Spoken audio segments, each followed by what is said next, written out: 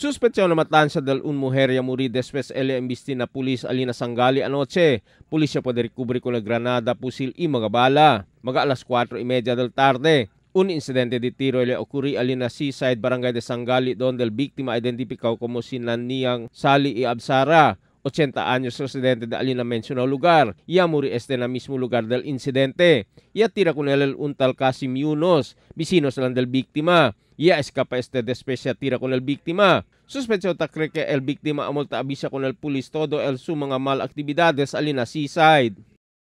Sino under ya sina diaton watch list, top 10 diaton watch list.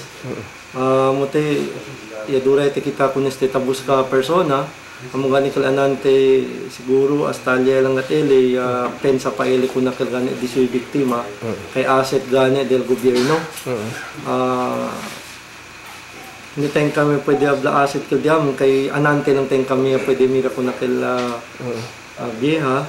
Suspecha lang kalso. Siguro suspecha ele kay tadali kal impormasyon kunel either kanamon ba o kunel pideya. Elementos del PS3 alina Sangali, tayong kabesal di ila jefe el Police Chief Inspector Chester Natividad, junto con el Task Force Zamboanga, barangay tanod si el mga force multipliers, ya conduci hot pursuit operation alina purok por barangay de Sangali, ya po di sila mira con el suspechao, pero no hay rin di su cuerpo na otoridad, kay armao de pusil y granada, ya resulta na tirahan, ya iri el suspechao ya prikura sila liba con na hospital, pero dead on arrival ele alina Zamboanga City Medical Center. Ta konsidera si Natividad kaya podría sila solve con este caso.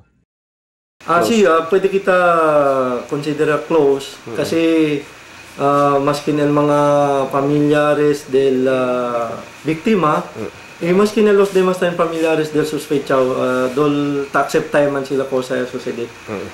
Amo gani kel, pero hindi kita el possibilities, investiga siyempre kita kung continual dato ng investigasyon. Emil Tuban, Dateline Zamboanga.